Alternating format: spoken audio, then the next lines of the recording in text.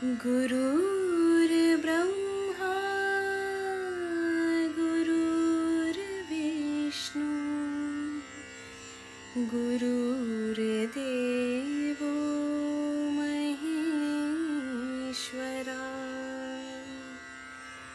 गुरु साक्षात् परब्रह्मा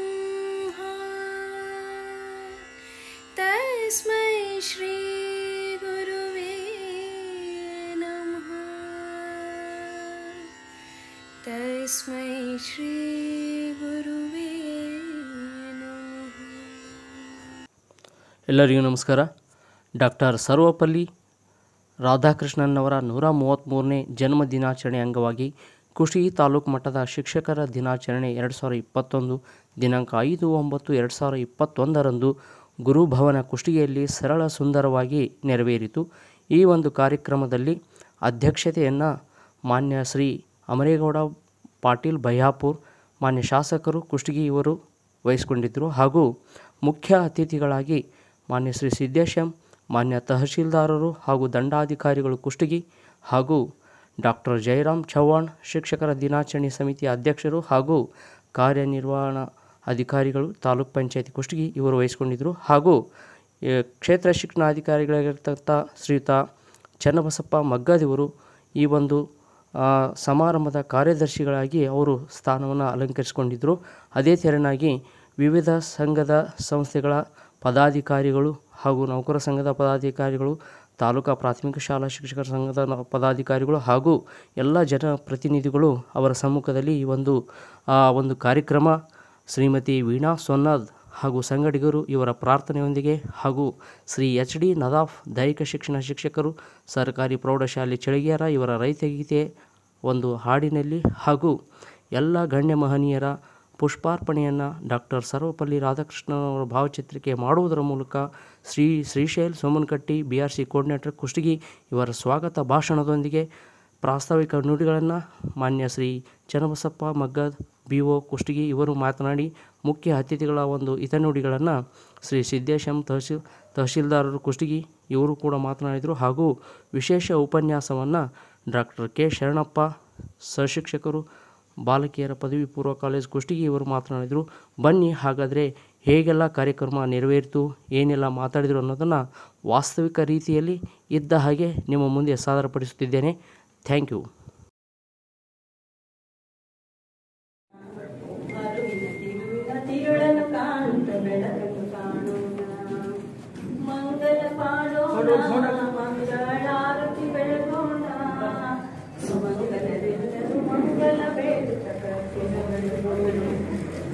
ವಿಶ್ವವ ಬೆಳಗಿಸುವ ಈ ಜ್ಯೋತಿಯ ಬೆಳಗೋಣ, ವಿಶ್ವವ ಬೆಳಗಿಸುವ ಈ ಜ್ಯೋತಿಯ ಬೆಳಗೋಣ, ಸರ್ವರಿಗೂ ಸುಖವಾಗಲಿ ಎಂದು ದೇವರ ಬೇಡೋಣ, ಸರ್ವರಿಗೂ ಸುಖವಾಗಲಿ.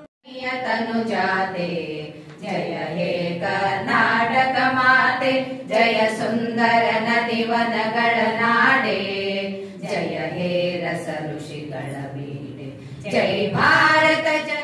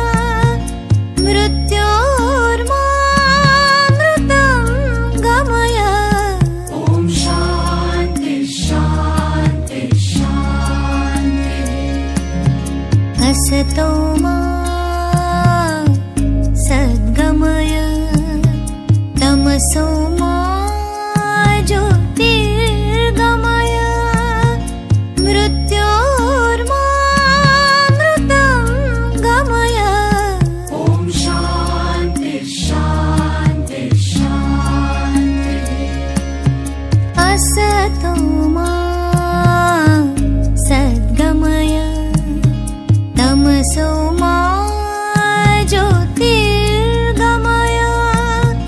मृत्योर्मा मृतं गमय। ॐ शान्ति शान्ति शान्ति।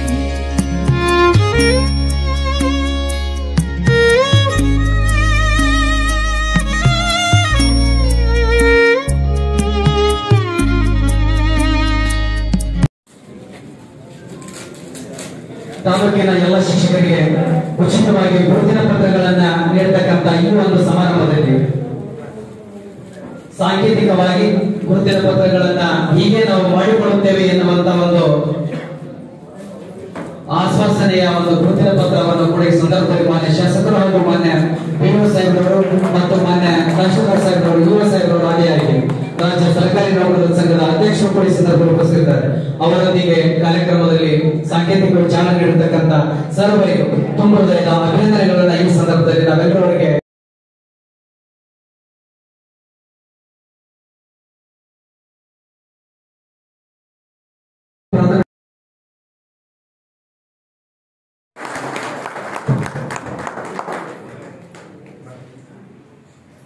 ಎಲ್ಲರಿಗೂ ಧನ್ಯವಾದಗಳು ಸರ್. ಸರ್ವಪಲ್ಲಿ ರಾಧಾಕೃಷ್ಣನ್ ಅವರ 133ನೇ ಜನ್ಮ ದಿನಾಚರಣೆ ಅಂಗವಾಗಿ ಈ ದಿನ ನಾವೆಲ್ಲ ಅತ್ಯಂತ ಸಂತೋಷದಿಂದ ಇಲ್ಲಿ ಸೇರಿದ್ದೀವಿ. ಈ ಒಂದು ಸಂದರ್ಭದಲ್ಲಿ ನಮ್ಮ ತಾಲೂಕಿನಲ್ಲಿ ಒಬ್ಬ ಅತ್ಯಂತ ಕ್ರಿಯಾಶೀಲ ಸಹನಶೀಲ ಒಬ್ಬ ಶಿಕ್ಷಕರು ಇವತ್ತು ರಾಧಾಕೃಷ್ಣನ್ ಅವರ ಜನ್ಮದಿನದ ಈ ಒಂದು ಶುಭ ಸಂದರ್ಭದಲ್ಲಿಯೇ ಅವರು ವೃತ್ತಿ ಜೀವನದಿಂದ ಹಾಗೂ ಈ ಲೋಕದಿಂದ ಇವತ್ತು ಅವರು ಯಾತ್ರೆಯನ್ನು ಕೈಗೊಂಡು ನಮ್ಮನ್ನ ಹೇಳಿದ್ದಾರೆ. ಶಿವು ಸೂರ್ಯವಂಶಿ ಅಂತ ಹೇಳಿದ್ರು. ಅವರ ಒಂದು ಆತ್ಮಕ್ಕೆ ಶಾಂತಿ ಬರುವ ನಿಮಿತ್ತವಾಗಿ ನಾವು ಎಲ್ಲರೂ 1 ನಿಮಿಷ ಇದ್ದಿದ್ದು ಅವರಿಗೆ ಗೌರವ ಸೂಚಿಸಲಿಕ್ಕೆ ಮಾಡಬೇಕಂತ ಎಲ್ಲರಲ್ಲಿ ನಾವು ವಿನಂತಿ ಮಾಡ್ಕೊಳ್ತೇವೆ.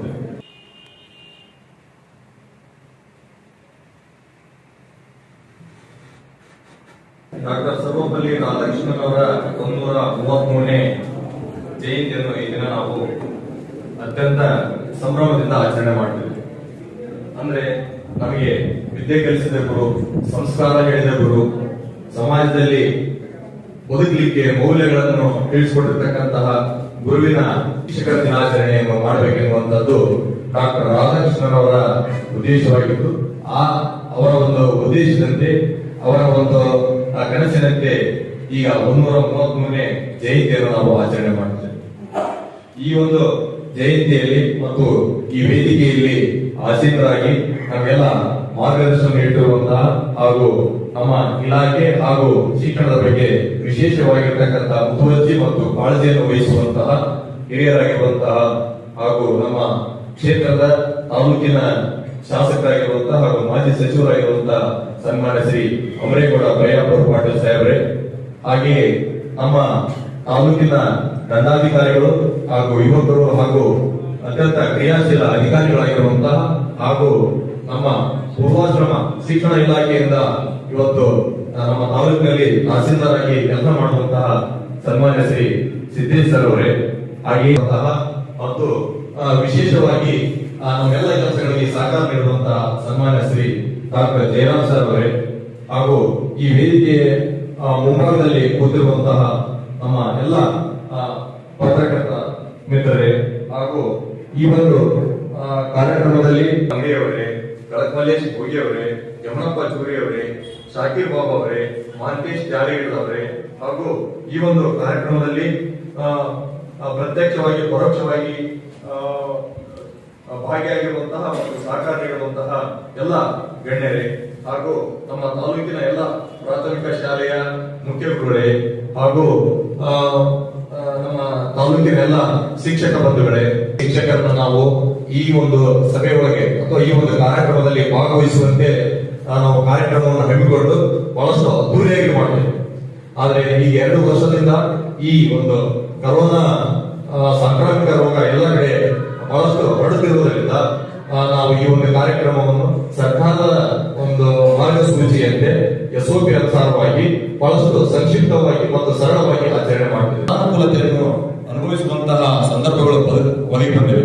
ನಮ್ಮ ಶಿಕ್ಷಕರಿಗೆ ತರಗತಿಗಳಿಗೆ ಹೋಗುವುದು ಮತ್ತೆ ಪುನಃ ಬರುವಂತದ್ದು, ಮಕ್ಕಳು ಶಾಲೆಗೆ ಬರದೇ ಇರೋದ್ರಿಂದ ಅವರಿಗೂ ಸಹಿತ ಪಾಠದಲ್ಲಿ ಆಸಕ್ತಿ ಕಡಿಮೆ ಆಗಿರುವಂತದ್ದು, ಈ ರೀತಿ ಎಲ್ಲ ಒಂದು ಗೊಂದಲಗಳು ಪ್ರಾರಂಭವಾಗಿ ಮಕ್ಕಳು ಸಹಿತ ಬಹಳಷ್ಟು ಮಕ್ಕಳು ಬಾಲಕಾರ್ಮಿಕರಾಗಿದ್ದಾರೆ.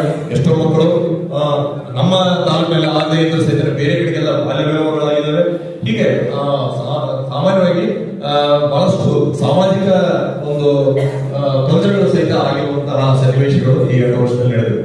ಅವರು ಸಹಿತ ನಮ್ಮ ತಾಲೂಕಿನಲ್ಲಿ ಇವು ಏನೇ ತೊಂದರೆಗಳಿದ್ರು, ಏನೇ ಅಡೆತಡೆಗಳಿದ್ರು ಸಹಿತ ಮಕ್ಕಳಿಗೆ ಸಾಧ್ಯ ಆದಷ್ಟು ಅವ್ರನ್ನ ಗುಂಪುಗಳಲ್ಲಿ ಅಂದ್ರೆ ತಂಡಗಳನ್ನು ಮಾಡಿ ಮಕ್ಕಳನ್ನ ಶಾಲೆ ತರ ಕರೆಸಿ ಅವರಿಗೆ ಚಟುವಟಿಕೆ ಹಾಳೆಗಳನ್ನು ನೀಡುವುದರ ಮುಖಾಂತರವಾಗಿ ಅವ್ರನ್ನ ನಾವು ಮಕ್ಕಳು ಮತ್ತು ಶಿಕ್ಷಕರು ನಿರಂತರವಾಗಿ ಸಂಪರ್ಕದಲ್ಲಿರುವಂತೆ ನೋಡಿಕೊಂಡಿದ್ದೇವೆ. ಹಾಗೆ ಮತ್ತು ನಾವು ಆನ್ಲೈನ್ ತರಗತಿಗಳನ್ನು ಮಾಡೋದ್ರ ಮುಖಾಂತರವಾಗಿ ಸುಮಾರು ಒಂದು 45ರಿಂದ 60% ಮಕ್ಕಳ ತಲುಪಲಿಕ್ಕೆ ಸಹಿತ ನಾವು ಪ್ರಯತ್ನ ಮಾಡಿದ್ದೇವೆ. ಇವೆಲ್ಲವೂ ನಾವು ಯಾವೊಂದು ಮಾನದಂಡಗಳಲ್ಲಿ ನಾವು ಹೇಳ್ತಿದ್ದೇವೆ ಅಂದ್ರೆ ಇವತ್ತಿನ ದಿನ ನಮ್ಮ ಒಂದು SSLC ಪರೀಕ್ಷೆ ಮತ್ತು ಮೊರಾರ್ಜಿ ದೇಸಾಯಿ ವಸತಿ ಶಾಲೆಗಳ ಪರೀಕ್ಷೆ ಇವುಗಳನ್ನು ನಾವು ಮಾನದಂಡವಾಗಿ ಇಟ್ಟುಕೊಂಡಂತ ಸಂದರ್ಭದೊಳಗೆ ಇಡೀ ಜಿಲ್ಲೆ ಒಳಗೆ ಇದು 3ನೇ ಬಾರಿ ನಾವು SSLC ಒಂದು ಪರೀಕ್ಷೆ ಫಲಿತಾಂಶದಲ್ಲಿ ನಮ್ಮ ಎಲ್ಲ ಸಹ ಶಿಕ್ಷಕರು ಮತ್ತು ಮುಖ್ಯ ಗುರುಗಳ ಒಂದು ಶ್ರಮದೊಂದಿಗೆ ಇವತ್ತು ನಾವು ಜಿಲ್ಲೆಯಲ್ಲಿ ಪ್ರಥಮ ಸ್ಥಾನದಲ್ಲಿದೆ. ಆನಂತರ ಪ್ರಥಮ ಸ್ಥಾನದಲ್ಲಿ ಇರೋದ್ರ ಜೊತೆಗೆ A+ ಗ್ರೇಡ್ ನಲ್ಲಿ A+, ಬರೀ A ಗ್ರೇಡ್ ನಲ್ಲಿ ನಾವು A+ ಗ್ರೇಡ್ ನಲ್ಲಿ ಹಾಗೆಯೇ ವಿಭಾಗ ಮಟ್ಟದಲ್ಲಿ ಸಹಿತ A+ ಗ್ರೇಡ್ ನಲ್ಲಿ ನಾವು ಪ್ರಥಮ ಶ್ರೇಣಿಯಲ್ಲಿ ಬೇರೆ ಇನ್ನೊಂದು ತಾಲೂಕು ಪ್ರಥಮ ಇದೆ. ಹೀಗಾಗಿ ಅಲ್ಲಿ ಸಹಿತ ನಾವು ಪ್ರಥಮ ಸ್ಥಾನವನ್ನು ಕಾಪಾಡಿಕೊಳ್ಳಲಿಕ್ಕೆ ಪ್ರಯತ್ನ ಮಾಡಿದ್ದೇವೆ. ಇದು ನಮಗೆ ಒಂದು ಉದಾಹರಣೆ ಹೇಳ್ಬೇಕಂದ್ರೆ ನಮ್ಮ ಒಂದು ತಾಲೂಕಿನೊಳಗೆ ಒಟ್ಟು ಹಾಜರಾದವರ ಪೈಕಿ 100% ರಿಸಲ್ಟ್ ಬಂದಿದೆ. ಇದರಲ್ಲಿ ವಿಶೇಷ ಏನಿಲ್ಲ. ಆದ್ರೆ ಈ ರಿಸಲ್ಟ್ ಬಂದಿರತಕ್ಕಂಥ ಸಂದರ್ಭವನ್ನು ನೋಡಿದ್ರೆ 80%ಕ್ಕಿಂತ ಕೇವಲ 11% ಮಾತ್ರ B ಗ್ರೇಡ್ ಬಂದಿರತಕ್ಕಂಥ ಮಕ್ಕಳು ನಮ್ಮ ತಾಲೂಕಿನಲ್ಲಿ. ಒಟ್ಟು 57 ಶಾಲೆಗಳ ಪೈಕಿ ನಾವು ಎಲ್ಲಾ ಶಾಲೆಗಳಲ್ಲಿ A ಗ್ರೇಡ್ ಪಡೆದುಕೊಂಡಿರ್ತಕ್ಕಂಥ ಶಾಲೆಗಳೇ ಮಾಡಿದ್ರೆ ನಮ್ಮ ತಾಲೂಕಿನಲ್ಲಿರ್ತಕ್ಕಂಥ ಎಲ್ಲಾ ಶಿಕ್ಷಕರು ಅತ್ಯಂತ ಶಿಸ್ತಿನಿಂದ ಮತ್ತು ಬದ್ಧತೆಯಿಂದ ಕ್ರಿಯಾಶೀಲರಾಗಿ ಮಕ್ಕಳ ಶ್ರೇಯೋಭಿವೃದ್ಧಿಗೆ ಎಲ್ಲರೂ ಶ್ರಮಿಸ್ತಾರೆ ಎನ್ನುವಂತ ಮಾತನ್ನ ಈ ವೇದಿಕೆ ಮುಖಾಂತರ ಮಾನ್ಯ ದಂಡಾಧಿಕಾರಿಗಳಿದ್ದಾರೆ, ಮಾನ್ಯ ಕಾರ್ಯನಿರ್ವಾಹಕ ಅಧಿಕಾರಿಗಳಿದ್ದಾರೆ ಮತ್ತು ಶಾಸಕರಿದ್ದಾರೆ. ಅಂದ್ರೆ ಇಲ್ಲಿ ಕಾರ್ಯಾಂಗ ಮತ್ತು ಶಾಸಕಾಂಗ ಮತ್ತು ನಮ್ಮ ಎಲ್ಲ ಶಿಕ್ಷಣ ಇಲಾಖೆ ಎಲ್ಲರ ಒಂದು ಸಮ್ಮುಖದಲ್ಲಿ ನಿಮಗೆ ನಾನು ನಿಮ್ಮ ಅವರ ಎದುರಿಗೆ ನಿಮಗೆ ನಾನು ಕೃತಜ್ಞತೆಗಳನ್ನ ಹೇಳ್ತಿದ್ದೇನೆ. ಇನ್ನು ಮುಂದೆ ಸಹಿತ ಇದೇ ರೀತಿಯ ನಮ್ಮ ತಾಲೂಕಿನಲ್ಲಿ ಚಿಕ್ಕ ಪುಟ್ಟ ಲೋಪದೋಷಗಳಿದ್ದರೆ ಶಿಕ್ಷಕರಾಗಿರ್ತಕ್ಕಂಥವ್ರು ನೀವು ಸಹಿತ ಅವನ್ನ ಸುಧಾರಿಸಿಕೊಂಡು ಸರಿಪಡಿಸಿಕೊಂಡು ಮಕ್ಕಳ ಒಂದು ಅಭಿವೃದ್ಧಿಗಾಗಿನೇ ಮಕ್ಕಳ ಹಿತಕ್ಕಾಗಿನೇ, ಯಾಕಂದ್ರೆ ಇಲ್ಲಿ ರೈತಾಪಿ ವರ್ಗ ಇರೋದ್ರಿಂದ ನಾವು ರೈತರ ಮಕ್ಕಳಿಗೆ ನಾವು ಹೆಚ್ಚು ನಾವು ಆ ಸ್ಕೋಪ್ ಅನ್ನು ಕೊಟ್ಟು ಅಂದ್ರೆ ಆ ಮಕ್ಕಳು ಇನ್ನೂ ಹೆಚ್ಚು ಶಿಕ್ಷಣದಲ್ಲಿ ತೊಡಗಿಸಿಕೊಳ್ಳಿಕ್ಕೆ ಹೆಚ್ಚು ಆಸಕ್ತಿ ಪಡ್ತಾರೆ. ಅದನ್ನ ನಾನು ಖುದ್ದಾಗಿ ನಾನು ಅನುಭವಿಸಿದ್ದೀನಿ, ನೋಡಿದ್ದೀನಿ. ನೀವು ಸಹಿತ ಬಹಳಷ್ಟು ಮಂದಿ ರೈತರ ಮಕ್ಕಳಿದ್ದೀರಿ. ಬಹುಶಃ ಇಲ್ಲಿ ನಮ್ಮ ಯುವ ಸಾಹೇಬರಾಗಿರ್ಬೋದು, ತಹಸೀಲ್ದಾರ್ ಸಾಹೇಬರಾಗಿರ್ಬೋದು, ನಮ್ಮ ಸಾಹೇಬರಂತೂ ರೈತರೇ. ಎಲ್ಲರೂ ನಾವು ಯಾವ ಇಲ್ಲಿ ಹೈಟೆಕ್ ಸಿಟಿಯಿಂದ ಬಂದಿರತಕ್ಕಂಥವ್ರಲ್ಲ, ಆದ್ರೆ ನಮ್ಮ ಮಕ್ಕಳ ಹೈಟೆಕ್ ಸಿಟಿಗೆ ಹೋಗ್ಬೇಕು ಅಂತ ಆಸೆ ನಮ್ದು. ಆ ಒಂದು ಕಾರ್ಯಕ್ರಮ ಮಾಡಿ ಅಂತ ಒಂದು ಶ್ಲಾಘನೀಯ ಕಾರ್ಯವನ್ನು ನಮ್ಮ ಶಿಕ್ಷಕರಾಗಿರ್ತಕ್ಕಂಥವ್ರು ನೀವು ಮಾಡಬೇಕೆನ್ನುವಂತಹ ಸಂದೇಶವನ್ನು ಮತ್ತು ಈ ವರ್ಷದ ಒಂದು ಇದು ನಮ್ಮ ಒಂದು ಸಂಕಲ್ಪ ಸಹಿತ ನಮ್ಮ ಮಕ್ಕಳು ಇನ್ನು ಹೆಚ್ಚು ಇಂಥ ವಸತಿ ಶಾಲೆಗಳಿಗೆ ಹೋಗಬೇಕು. ನಮ್ಮಲ್ಲಿ 5-6 ವಸತಿ ಶಾಲೆಗಳು ಸಹ ಶಕ್ತಿ ಇರುತ್ತದೆ ಅಂತೇಳಿ ಡಾಕ್ಟರ್ ಸರ್ವಪಲ್ಲಿ ರಾಧಾಕೃಷ್ಣನ್ ಅವರು ತೋರಿಸಿಕೊಟ್ಟಿರ್ತಕ್ಕಂಥದ್ದು ನಮಗೆಲ್ಲರಿಗೂ ಸಹ ದಾರಿದೀಪವಾಗಿರ್ತಕ್ಕಂಥದ್ದು. ಅಂದ್ರೆ ಒಬ್ಬ ಶಿಕ್ಷಕ ಗುರಿ ಇಟ್ಕೊಂಡ್ರೆ ಏನು ಸಾಧಿಸಬಹುದು ಅಂತೇಳಿ, ಅಂದ್ರೆ ಅಂತಹ ಇಡೀ ಭಾರತದ ಪ್ರಥಮ ಪ್ರಜೆಯಾಗಿ ಪ್ರಶಸ್ತಿಯನ್ನು ಮುಡಿಗೇರಿಸಿಕೊಂಡಿರ್ತಕ್ಕಂತಹ ಏಕೈಕ ವ್ಯಕ್ತಿ ಅಂದ್ರೆ ಅದು ರಾಧಾಕೃಷ್ಣನ್ ಅವರು ಅಂತ ನಾವು ಹೇಳ್ತಾ ಹೋಗ್ತೀವಿ. ಹಾಗಾಗಿ ನಮ್ಮ ಶಿಕ್ಷಕರು ಮನಸ್ಸು ಮಾಡಿದ್ರೆ ಏನ್ ಬೇಕಾದ್ರೂ ಮಾಡಬಹುದು ಅಂತೇಳಿ ನಾವೆಲ್ಲ ಕಾಲಘಟ್ಟಗಳಲ್ಲೆಲ್ಲ ನಾವು ನೋಡ್ಕೊಂತ ಬರ್ತಾ ಹೋಗ್ತೀವಿ. ಯಾಕಂದ್ರೆ ನಾನು ಸಹ ಸುಮಾರು 6 ವರ್ಷಗಳ ಕಾಲ ಪ್ರಾಥಮಿಕ ಶಾಲಾ ಶಿಕ್ಷಕರಾಗಿ ಸಹ ಸೇವೆ ಹಾಗಾಗಿ ನಾವೆಲ್ಲ ಈಗ ಕೆಲವು ಟೈಮಲ್ಲೂ ಸಹ ಅತ್ಯಂತ ಹೆಚ್ಚಿನ ಪ್ರಮಾಣದಲ್ಲಿ ನಾವು ಶಿಕ್ಷಕರನ್ನು ಹೇಗೆ ಅವರ ಸೇವೆ ಸಮರ್ಪಣೆ ಆಗಿತ್ತು ಮತ್ತು ಕೋವಿಡ್ ಟೈಮಲ್ಲೂ ಹೇಗೆ ಅವರ ಸೇವೆ ಜನರಿಗೆ ಸಮರ್ಪಣೆ ಆಗಿತ್ತು ಅನ್ನೋದು ನಾವೆಲ್ಲ ನೋಡಿದ್ವಿ. ಅಂದ್ರೆ ಶಿಕ್ಷಕರು ಮನಸ್ಸು ಮಾಡಿದ್ರೆ ಏನ್ ಬೇಕಾದ್ರು ಮತ್ತು ಎಂತಹ ಶಿಲ್ಪಿಗಳನ್ನಾದ್ರೂ ಸಹ ತಯಾರು ಮಾಡ್ತಾರೆ ಅನ್ನೋದಕ್ಕೆ ನಾನು ಸಹ ಒಂದು ಶಿಕ್ಷಕರನ್ನ ಡಾಕ್ಟರ್ ರಾಧಾಕೃಷ್ಣ ಅವರನ್ನ ನಾವು ನೆನೆಸಲೇಬೇಕಾಗ್ತದೆ. ಯಾಕಂದ್ರೆ ಮೊದಲು ಗುರು ಅಂದ್ರೆ ತಾಯಿ ಮೇಲೆ ಅಕ್ಷರ ಜ್ಞಾನವನ್ನು ಕೊಟ್ಟಿರ್ತಕ್ಕಂಥ ಶಿಕ್ಷಕರನ್ನು ನಾವು ನೆನೆಸಲೇಬೇಕಾಗ್ತದೆ. ಹಾಗಾಗಿ ಮುಗ್ಧ ಮನಸ್ಸಿಗೆ ಅಕ್ಷರವನ್ನು ಚೆಲ್ಲಿ ಮಕ್ಕಳ ಶಿಕ್ಷಣಕ್ಕೆ ಬೆಳಕನ್ನು ಚೆಲ್ಲಿ ಈ ಸುಂದರವಾದ ನಾಡವನ್ನು ಕಟ್ಟಲಿಕ್ಕೆ ಶಿಕ್ಷಕರ ಪಾತ್ರ ಬಹಳ ಮುಖ್ಯತೆ ಎನ್ನುವುದು ನಾವು ಈ ಸಂದರ್ಭದಲ್ಲಿ ಹೇಳಿಕೆ ಇಷ್ಟಪಡಬೇಕಾಗ್ತದೆ. ಶಿಕ್ಷಕರ ದಿನಾಚರಣೆಯ ಈ ಸಮಾರಂಭದ ಅಧ್ಯಕ್ಷತೆಯನ್ನು ವಹಿಸಿರುವಂತಹ ಶಿಕ್ಷಣ ಪ್ರೇಮಿಗಳು, ಮಾನ್ಯ ಶಾಸಕರು ಆಗಿರುವಂತಹ ಸನ್ಮಾನ್ಯ ಶ್ರೀ ಅಮರೇಗೌಡ ಬಯ್ಯಾಪುರ ಸಾಹೇಬ್ರೆ, ದಕ್ಷ ಅಧಿಕಾರಿಗಳು ಆಗಿರುವಂತಹ ತಹಸೀಲ್ದಾರ್ ಸಾಹೇಬ್ರೆ, ಯುವ ಸಾಹೇಬ್ರೆ, ನಮ್ಮೆಲ್ಲರ ಮೆಚ್ಚಿನ ಮಾನ್ಯ ಕ್ಷೇತ್ರ ಶಿಕ್ಷಣಾಧಿಕಾರಿ ಸಾಹೇಬ್ರೆ, ಹಾಗೆಯೇ ಕ್ಷೇತ್ರ ಸಮನ್ವಯಾಧಿಕಾರಿಗಳೇ, ಯಾವತ್ತೂ ಅವರ ಉದರದಲ್ಲಿ ಜನಿಸಿದಂತಹ ರಾಧಾಕೃಷ್ಣರವರು ಒಬ್ಬ ಅತ್ಯಂತ ಬಡತನದಲ್ಲಿ ಬೆಳೆದಿರ್ತಕ್ಕಂಥವರು. ವೀರಸ್ವಾಮಿಯವರು ಒಬ್ಬ ಜಮೀನ್ದಾರರಲ್ಲಿ ರೆವಿನ್ಯೂ ನೌಕರರಾಗಿ ಸೇರ್ಕೊಂಡಿರ್ತಾರೆ. ಕುಟುಂಬ ಸ್ಥಾನದಲ್ಲಿದ್ದೇವೆ.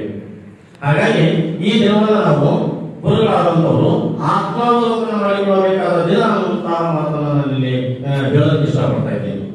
ಬಂಧುಗಳೇ, ಇಲ್ಲಿ ನಮ್ಮ ಸಾಹೇಬರು ಹೇಳಿದರು, ರಾಜ್ಯ ಮಟ್ಟದಲ್ಲಿ, ಜಿಲ್ಲಾ ಮಟ್ಟದಲ್ಲಿ ಒಟ್ಟಾರೆ ನಮ್ಮ ತಾಲೂಕಿಗೆ 3 ಉತ್ತಮ ಶಿಕ್ಷಕ ಪ್ರಶಸ್ತಿಗಳು ಬಂದಿವೆ ಅನ್ನುವಂಥದ್ದು. ಅವರೆಲ್ಲರೂ ಕೂಡ ಈ ಮೂಲಕ ನಾನು ಕೂಡ ಅಭಿನಂದಿಸ್ತೀನಿ.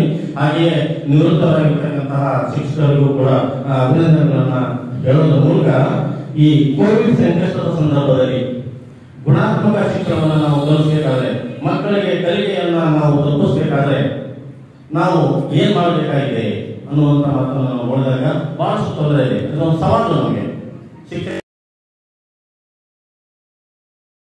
ಸರ್ಕಾರ ಮತ್ತು ಜಿಲ್ಲಾ ಪಂಚಾಯತಿ ಕೊಪ್ಪಳ, ತಾಲೂಕು ಆಡಳಿತ, ತಾಲೂಕು ಪಂಚಾಯತಿ ಕುಷ್ಟಗಿ, ರಾಜ್ಯ ಶಿಕ್ಷಕರ ಕಲ್ಯಾಣ ನಿಧಿ ಬೆಂಗಳೂರು ಹಾಗೂ ಸಾರ್ವಜನಿಕ ಶಿಕ್ಷಣ ಇಲಾಖೆ ಇವರೆಲ್ಲರ ಸಹಯೋಗದೊಂದಿಗೆ ಇವತ್ತು ನಮ್ಮ ಕುಷ್ಟಗಿ ತಾಲೂಕಿನಲ್ಲಿ ಡಾಕ್ಟರ್ ಸರ್ವಪಲ್ಲಿ ರಾಧಾಕೃಷ್ಣರವರ 133ನೇ ಜನ್ಮ ದಿನಾಚರಣೆಯ ಅಂಗವಾಗಿ ನಮ್ಮ ಶಿಕ್ಷಕರ ಸಮುದಾಯವನ್ನೇ ಗೌರವಿಸತಕ್ಕಂಥ ಹಿನ್ನೆಲೆಯಲ್ಲಿ ಶಿಕ್ಷಕರ ದಿನಾಚರಣೆಯನ್ನಾಗಿ ಆಚರಣೆ ಮಾಡತಕ್ಕಂಥ ಈ ಕಾರ್ಯಕ್ರಮದ ಮುಖ್ಯ ಅತಿಥಿಗಳು, ಉದ್ಘಾಟಕರಾದಂಥ ನಮ್ಮ ತಹಸೀಲ್ದಾರರಾದಂಥ ಎಂ ಸಿದ್ದೇಶ್ ಅವರೇ, ಅಧ್ಯಕ್ಷರು ಹಾಗೂ ಕಾರ್ಯನಿರ್ವಾಹಕ ಅಧಿಕಾರಿಗಳು, ತಾಲೂಕು ಪಂಚಾಯಿತಿ ಇವರು ಅವರು ಒಬ್ಬ ರಾಷ್ಟ್ರಪತಿಯಾಗಿ ಈ ದೇಶದ ಅತ್ಯುನ್ನತ ಸ್ಥಾನ, ರಾಜಕೀಯವಾದಂತಹ ಸ್ಥಾನವನ್ನ ಅಲಂಕರಿಸಿದಂತ ವ್ಯಕ್ತಿ ತನ್ನ ಜನ್ಮ ದಿನಾಚರಣೆ ಆಚರಣೆ ಮಾಡುವ ಬದಲಿ ಶಿಕ್ಷಕರ ದಿನಾಚರಣೆಯನ್ನು ಮಾಡ್ರಿ ಅಂತ ಹೇಳಿ, ಹಿಂದೆ ಜವಾಹರ್ಲಾಲ್ ನೆಹರು ಅವರು ಕೂಡ ನನ್ನ ಜನ್ಮ ದಿನಾಚರಣೆಯನ್ನ ಮಕ್ಕಳ ದಿನಾಚರಣೆಯನ್ನಾಗಿ ಮಾಡ್ರಿ ಅಂತ ಹೇಳಿದರು. ಇವೆರಡೂ ಕೂಡ ಪೂರಕವಾಗಿ ಒಂದೇ ಅಂತ ನನ್ನ ಭಾವನೆ. ಈ ದೇಶವನ್ನ ಕಟ್ಟತಕ್ಕಂಥ, ಈ ದೇಶವನ್ನ ಬೆಳೆಸ್ತಕ್ಕಂಥ ಇಂದಿನ ಮಕ್ಕಳೇ ಮುಂದಿನ ನಾಗರಿಕರು ಅನ್ನುವ ಹಿನ್ನೆಲೆಯಲ್ಲಿ ನೆಹರೂರವರು ಆ ಒಂದು ಮಾತನ್ನ ಅವತ್ತು ಹೇಳಿ ತಮ್ಮ ಜನ್ಮ ದಿನಾಚರಣೆಯನ್ನ ಮಕ್ಕಳ ದಿನಾಚರಣೆಯನ್ನಾಗಿ ಆಚರಿಸತಕ್ಕಂಥದ್ದು. ಜೊತೆಗೆ ಸರ್ವಪಲ್ಲಿ ಡಾಕ್ಟರ್ ರಾಧಾಕೃಷ್ಣರಾವ್ ಯಾಕೆ ಶಿಕ್ಷಕರ ದಿನಾಚರಣೆ ಮಾಡಿದ್ರು ಅಂದ್ರೆ, ಮಕ್ಕಳು ಇವತ್ತಿನ ಮಕ್ಕಳು ಮುಂದಿನ ನಾಗರಿಕರಾಗಿ ಬೆಳಿಬೇಕಾದ್ರೆ ಆ ಮಕ್ಕಳಿಗೆ ಯಾವ ರೀತಿ ಗಿಡವನ್ನ ಪಾಲನೆ ಮಾಡಿ, ಪೋಷಣೆ ಮಾಡಿ, ನೀರು ಗೊಬ್ಬರ ರಕ್ಷಣೆ ಮಾಡಿ ನಾವು ಗಿಡಗಳನ್ನ ಬೆಳೆಸ್ತೇವೋ, ಆ ಹಿನ್ನೆಲೆಯಲ್ಲಿ ಒಬ್ಬ ಒಳ್ಳೆಯ ನಾಗರಿಕನನ್ನಾಗಿ ತಯಾರು ಮಾಡತಕ್ಕಂತ ಯಾವುದಾದ್ರೂ ಒಂದು ಕಾರ್ಯಕ್ರಮ ಇದ್ರೆ ಅದು ಶಿಕ್ಷಣದ ಮೂಲಕ. ಆ ಶಿಕ್ಷಣದ ಮೂಲಕ ಮಾಡತಕ್ಕಂತ ಕಾರ್ಯಕ್ರಮವನ್ನ ಮಾಡಬೇಕಾದ ರೂವಾರಿಗಳು ಯಾರಂದ್ರೆ ಗುರುಗಳು, ಶಿಕ್ಷಕರು. ಅದಕ್ಕಾಗಿ ಅವರಿಗೆ ಗೌರವವನ್ನು ಸಲ್ಲಿಸಬೇಕು. ಜನಸಾಮಾನ್ಯರು ಕೂಡ ಶಿಕ್ಷಕರಿಗೆ ಗೌರವವನ್ನು ಸಲ್ಲಿಸಬೇಕಾದ್ರೆ ಒಬ್ಬ ರಾಷ್ಟ್ರಪತಿಯ ಜನ್ಮ ದಿನಾಚರಣೆಯನ್ನ ಶಿಕ್ಷಕರ ದಿನಾಚರಣೆಯನ್ನಾಗಿ ಮಾರ್ಪಡಿಸಿರ್ತಕ್ಕಂಥ ಒಂದು ಪರಿಕಲ್ಪನೆಯನ್ನ ಸದಾ ನೆನೆಸಿಕೊಳ್ತಕ್ಕಂಥದ್ದು ಆಗಬೇಕನ್ನುವ ಹಿನ್ನೆಲೆಯಲ್ಲಿ ಇವತ್ತು ನಾವು ನೆಪ ಮಾತ್ರಕ್ಕೆ ಸರ್ವಪಲ್ಲಿ ಡಾಕ್ಟರ್ ರಾಧಾಕೃಷ್ಣ ಅವರ ದಿನಾಚರಣೆಯನ್ನ ಜನ್ಮ ದಿನಾಚರಣೆಯನ್ನ ಆಚರಣೆ ಮಾಡುವುದರ ಜೊತೆಗೆ ನಮ್ಮ ಶಿಕ್ಷಕರಿಗೆ ಗೌರವವನ್ನು ಸಲ್ಲಿಸ್ತಕ್ಕಂಥ ಕೆಲಸವನ್ನ ಇಡೀ ದೇಶದಾದ್ಯಂತ ಮಾಡತಕ್ಕಂಥ ಕೆಲಸವನ್ನ ನಾವು ಮಾಡ್ತಾ ಇದ್ದೇವೆ. ಇದರ ಜೊತೆಗೆ ನಮ್ಮ ಜನ್ಮ ದಿನಾಚರಣೆಯನ್ನೇ ನಾವೇ ಆಚರಣೆ ಮಾಡಿಕೊಳ್ತಕ್ಕಂಥದ್ದು ಶಿಕ್ಷಕ ಸಮುದಾಯ.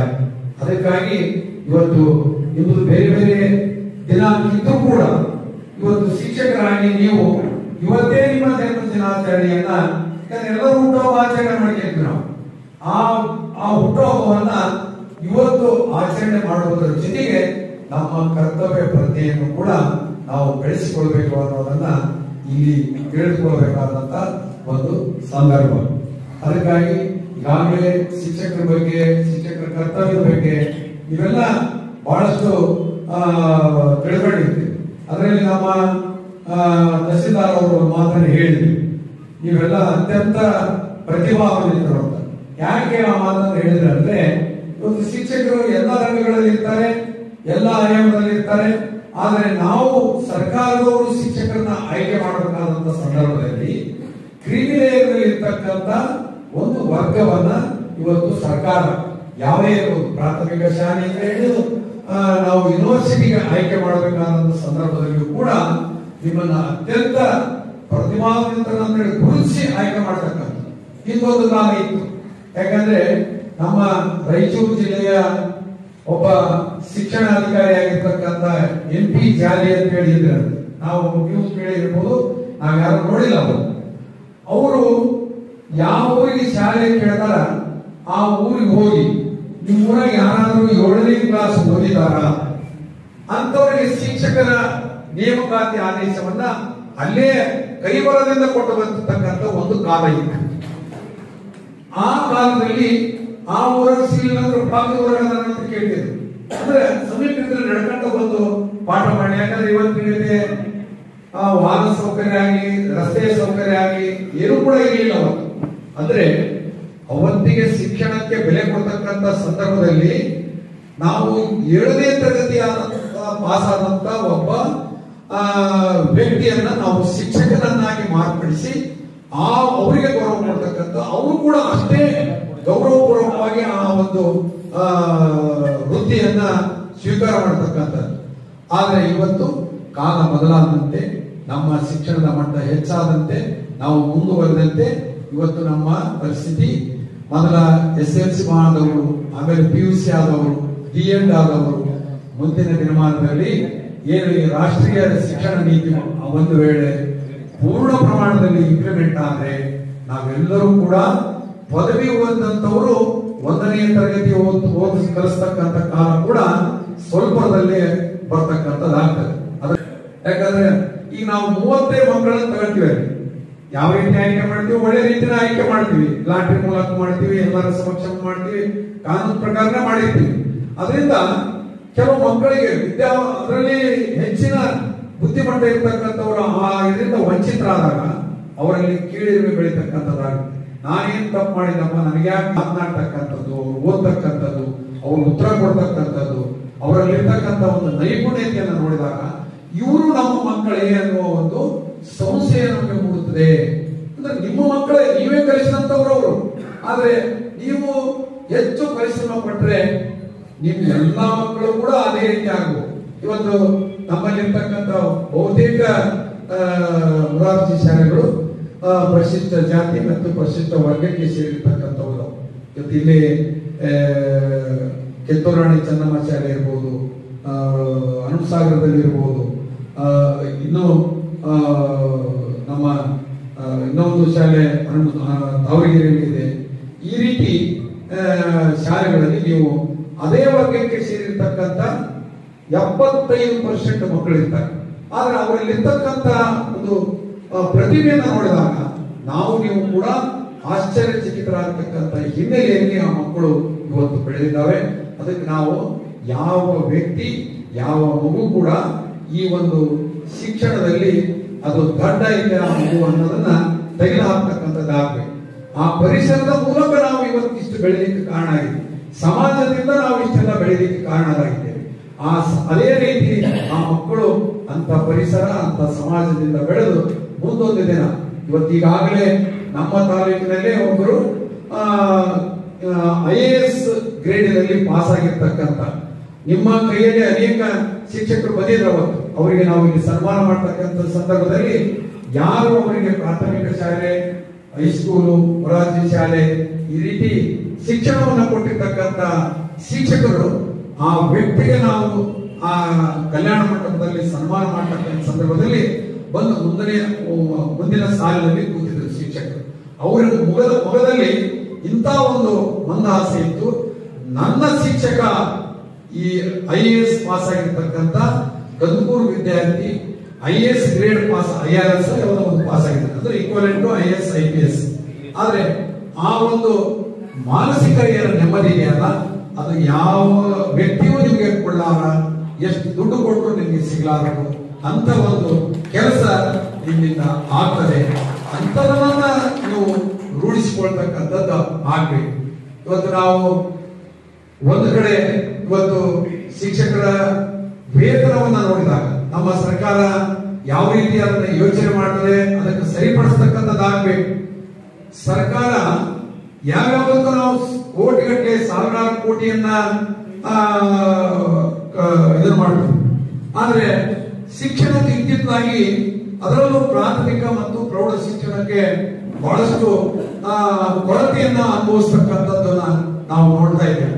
ಯಾಕೆಂದ್ರೆ ಇವತ್ತು ಶಿಕ್ಷಕರ ನೇಮಕಾತಿಯಲ್ಲಿ ಬಹಳಷ್ಟು ಗೊಂದಲಗಳನ್ನು ಮೂಡಿಸುವುದರ ಜೊತೆಗೆ ಸರ್ಕಾರ ಆಗಲಿ ಸರ್ಕಾರದ ಆಡಳಿತದ ನಿಯಂತ್ರಣವನ್ನು ಇಟ್ಟುಕೊಂಡಿರ್ತಕ್ಕಂಥ ಅಧಿಕಾರಿಗಳು, ನಾನು ನೇರವಾಗಿ ಅಧಿಕಾರಿಗಳನ್ನೇ ಇದಕ್ಕೆ ಹೊಣೆ ಮಾಡ್ತೇನೆ. ಇವತ್ತು ಅವ ಶಿಕ್ಷಕರನ್ನ ನೇಮಕ ಮಾಡಬೇಕಾದಾಗ ಗೆಸ್ಟ್ ಟೀಚರ್ ಮೇಲೆ ನೀವು ನಡೆಸಬಹುದು ಅನ್ನುವ ಒಂದು ಸಲಹೆಯನ್ನ ಈ ರಾಜ್ಯವನ್ನ ಆಡಳಿತ ಆಳತಕ್ಕಂಥ ಮುಖ್ಯಮಂತ್ರಿಗಳಿಗೆ ಸಲಹೆ ಕೊಡ್ತಾರೆ. ಯಾರು? IAS ಅಧಿಕಾರಿಗಳು. ಏನಂತ? ಇಲ್ರಿ ಈಗ ಶಿಕ್ಷಕರು ರಿಕ್ರೂಟ್ಮೆಂಟ್ ಮಾಡ್ಕೊಂಡ್ರು ಅಷ್ಟೇ, ಇರ್ಲಿಲ್ಲ ಅಂದ್ರೆ ಅವ್ರಿಗೆ ಅಲ್ರಿ ಒಬ್ಬ ಶಿಕ್ಷಕರಿಗೆ ನಾವು ಅಲ್ಲಿ 50,000 ರೂಪಾಯಿ ಸಂಬಳ ಕೊಡ್ತೀವಿ. ಒಂದು 10 ವರ್ಷ 15 ವರ್ಷ ಸರ್ವಿಸ್ ಆದವನಿಗೆ. ಅದೇ ಗ್ರೇಡ್ ಬಂದಿರ್ತಕ್ಕಂಥ ಒಬ್ಬ ಗೆಸ್ಟ್ ಟೀಚರ್ಗೆ 7,500 ರೂಪಾಯಿ ಸಂಬಳ ಕೊಡ್ಬೇಕಾದಾಗ ಅವನು ಮಾನಸಿಕವಾಗಿ ಕುಗ್ಗಿ ಅಲ್ಲಿ ಪಾಠ ಮಾಡ್ತಕ್ಕಂಥ ಕೆಲಸ ಮಾಡ್ತಾನೆ.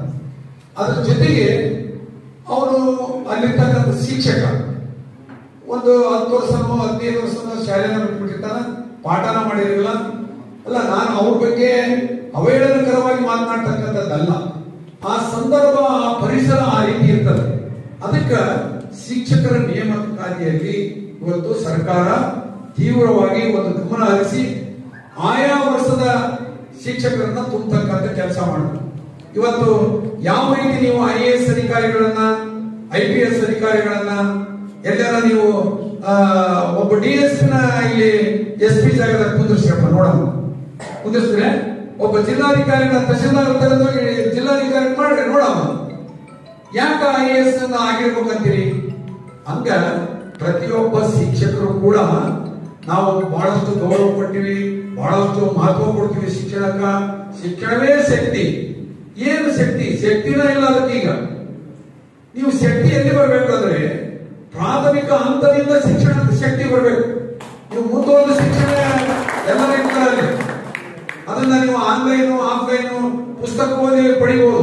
ಎಷ್ಟೋ ವಿದ್ಯಾರ್ಥಿಗಳು ಬರೀ ಪುಸ್ತಕ ಓದಿ ಹೆಚ್ಚಿನ ವ್ಯಾಸಂಗವನ್ನ, ಉನ್ನತ ವ್ಯಾಸಂಗವನ್ನ ಮಾಡಿರ್ತಕ್ಕಂಥದ್ದು ಕೂಡ ನಾವು ನೋಡಿದ್ದೀವಿ. ಆದ್ರೆ ಕಲಿಬೇಕಾದ್ರೆ ಅವನು ಪುಸ್ತಕ ಕೊಟ್ಟರೆ ಓದ್ತಾನ ಅವನು. ಹಂಗ ಇದನ್ನ ನಮ್ಮ ಮುಖ್ಯಮಂತ್ರಿಗಳಿಗೆ ಹಲವಾರು ಪತ್ರಗಳನ್ನು ಕೂಡ ನಾನು ಬರೆದಿದ್ದೇನೆ. ಅದಕ್ಕೆ ಈ ಶಿಕ್ಷಕರ ಕೊರತೆಯನ್ನು ಆದಷ್ಟು ತೀವ್ರ ತುಂಬತಕ್ಕಂಥದ್ದು ಆಗಬೇಕು.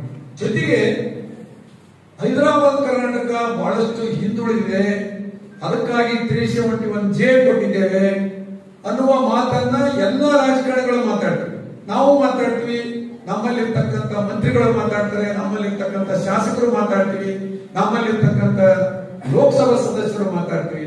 ಅದರ ಬಗ್ಗೆ ಯಾರು ಕೂಡ ಮುಖ್ಯಮಂತ್ರಿಗಳಿಗೂ ಕೂಡ ಮನವಿ ಪತ್ರವನ್ನು ನಾನು ಸಲ್ಲಿಸಿದ್ದೇನೆ. ಯಾಕಂದ್ರೆ ನಮ್ಮ ಭದ್ರ ಬುನಾದಿನ ನಾವು ಗಟ್ಟಿ ಮಾಡಲಿಕ್ಕೆ ಹೋದ್ರೆ ನಮ್ಮ ಶಿಕ್ಷಣ ಮುಂದಿನ ನಿರ್ಮಾಣದಲ್ಲಿ ಗಟ್ಟಿ ಶಿಕ್ಷಣ ಆಗಲಿಕ್ಕೆ ಸಾಧ್ಯನೇ ಇಲ್ಲ.